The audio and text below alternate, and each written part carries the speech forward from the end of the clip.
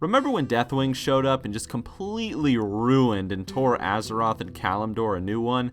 Yeah, you remember, I know. Obviously, after Cataclysm launched, the world became a very different place, but before Cataclysm hit the shelves and before we downloaded it, Azeroth and Kalimdor were two very different places for leveling and questing. And so today I'd like to take a small trip down memory lane and talk about the top 10 vanilla WoW leveling zones. Let's get started. Number 10. To begin, I'd like to start with one of my personal favorite questing zones, although I know some people didn't like it, and that is ASHENVALE. Now the reason why some people don't like ASHENVALE is just because of the fact that ASHENVALE operated on kind of this go to a quest, leave, come back kind of system. You'd do a couple quests in Astronar, and then you'd go back to Red Ridge Mountains, and eventually you'd come back to Astronar and kind of pick up where you left off.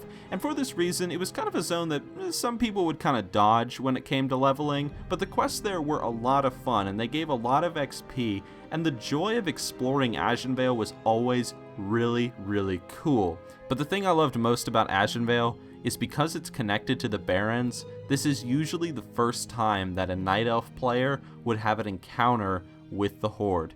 And let me tell you, it makes for a great experience when you're just questing along and all of a sudden a tidal wave of Horde just attack Astronar. It's awesome. Number 9. HILLSBRAD Foothills, at least from the Horde perspective, is probably one of my favorite vanilla WoW questing zones ever. And for a number of reasons. The first reason, which I find to be the most important, there is a lot of group content in HILLSBRAD Foothills, especially the entire HILLSBRAD Fields questline. Those mobs were tight together, and you usually needed some help in order to do those quests. It was great, and some of the first friends that I made in WoW were in this zone. The next reason why it's a really cool questing zone is because you're literally right next to this Alliance base of South Shore. Now some people would find that to be maybe a deterrent, but it was always really cool looking over your shoulder and thinking, man, you know, an Alliance could be behind me at any second. It kind of kept you on your toes, and HILLSBRAD Foothills really felt like a dangerous zone for this reason. This zone is really memorable. And although HILLSBRAD Foothills is mostly remembered for the whole Terran Mill versus South Shore thing, I think it was an awesome questing zone, and again, it was one of the first zones where I made a couple friends in WoW. Number 8. DUSTWALLOW Marsh has always been, even to this day, one of my absolute favorite zones in World of Warcraft. I remember the first time I found Tabitha out in the woods, and the first time I read the quest text about the mystery of Witch Hill and how it's haunted by a demon named Zelfrax. And it was really cool to see where these quest lines took you around the zone. From the Alliance perspective especially, you had the amazing city of Theramore that was just a big contrast to the spooky swamp around it, and it really felt like you were trying to establish a foothold in this extremely hostile land of Kalimdor. I've just always loved the ambience of this zone, the look of it, the quests, and something else that I always loved about it was the fact that this was the zone where Onyxia's lair was located. So being able to wave to a bunch of level 60s who wouldn't wave back to you as you're getting killed by a crocodile, it was great. I loved it. Number 7. MODAN is probably one of the coziest places in World of Warcraft. It's like a retiree's destination with the giant loch and the cozy little dwarven city of Thelsmar. I remember when I first arrived to this zone on my very first dwarf character, and I was absolutely stunned by just how good this zone feels when you walk into it. I don't know, maybe it's the giant statues, maybe it's the mountains, or maybe it's the water, I don't know, but this zone just looks good. And what makes it even better is that there's a lot of quests in it. I'll never forget clearing out all the kobolds west of Thelsmar, or the first time when you go across the loch you find that Night Elf building just hidden in the mountains and the trees. It was really a zone that rewarded your sense of exploration, and the big conclusion of it was of course when you got to go to the Stonerot Dam for the very first time.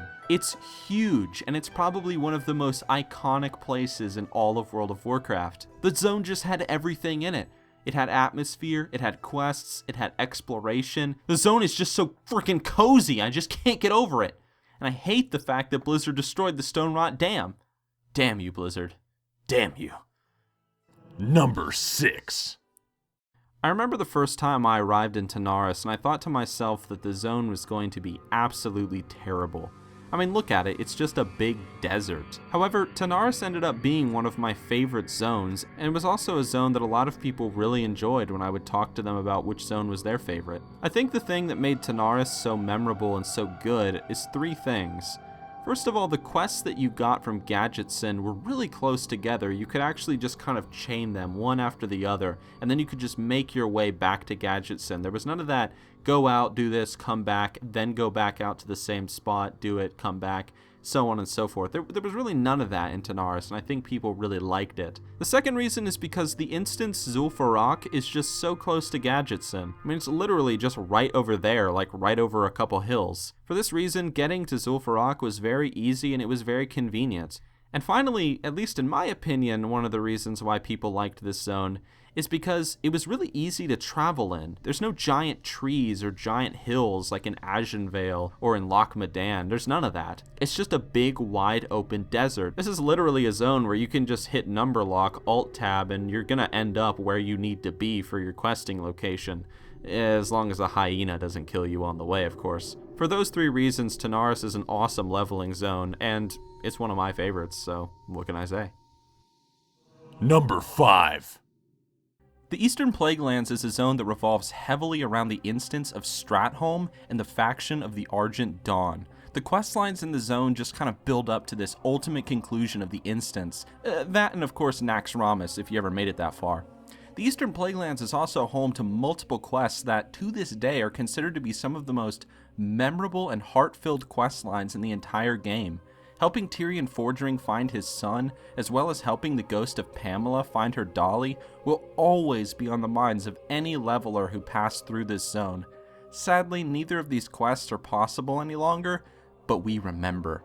Along with awesome quests, as well as having a lot of lore, Eastern Plaguelands was also considered to be the land of almost 60, which pretty much means that there was potential of meeting a lot of similar players to yourself, a bunch of people eager to hit 60 and start gearing up in dungeons to prepare themselves to enter Nixia's lair and Molten Core. For that reason, a lot of friends could be made, and the zone's awesome. Number 4. Stranglethorn Vale, also known as Cutthroat Vale, also known as the Rogue's Corner, where people were ganked repeatedly over and over and over. But quests were fun, and they gave a lot of experience because they required you to kill a lot of stuff. Hemet Nessingwary is the biggest reason for this. His quests had you kill tigers, lions, his ex-wives, really anything that greedy bastard wanted dead. Now, Stranglethorn Vale also had a kind of comeback system to it similar to ASHENVALE, but whenever you'd return to Stranglethorn Vale, you'd have a decent little handful of quests to do rather than just, 2 or 3. And as a side note, exploration in STV had a lot of rewards, such as the diving platform in the small bay out in the jungle. Stranglethorn Vale has always been one of my favorite questing zones because of all the PvP, all the good XP quests, and pretty much because Stranglethorn Vale is pretty unique compared to the rest of the world. Number 3. For number 3, I've chosen Duskwood. For many players, this was one of the best zones ever, hands down. There were a ton of quests. The ambience was spooky and dark, a complete contrast compared to Elwyn Forest right across the water, and the whole Worgen and undead elements to the zone made it one worth exploring and reading all the quest texts. Every quest in Duskwood felt engaging and enjoyable, at least in my opinion, simply because of the mysterious element to the whole zone.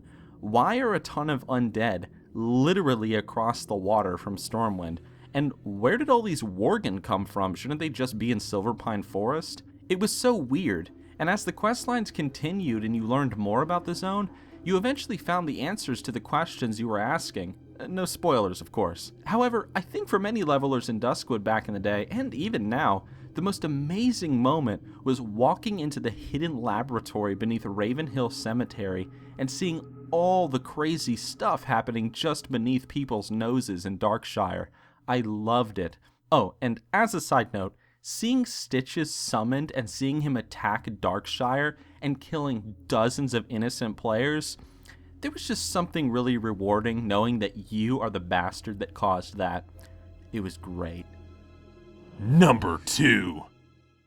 For number 2, we have the Barrens. The Barrens is mostly known for its general chat and Chuck Norris memes, and for the fact it's pretty much the Horde quest hub for the longest time, but the Barrens had with it a lot of memorable quests, and most importantly, it's where a lot, and I mean a lot of WoW players made their first friends. Who can forget the first time you're sent to the skull-shaped rock that descends into Wailing Caverns, or recovering the stolen silver from those hard-hitting as hell raptors, or searching for Mankirk's wife? Now, the thing that made the Barrens really cool for me especially was because of the big amount of quests this zone had. There were so many, and every time I went back to the Barrens on an alt, the journey was never the same thing twice. Now, before I made this list, I talked to a couple people about their favorite vanilla leveling zones, and the Barrens was always kind of a love-hate relationship.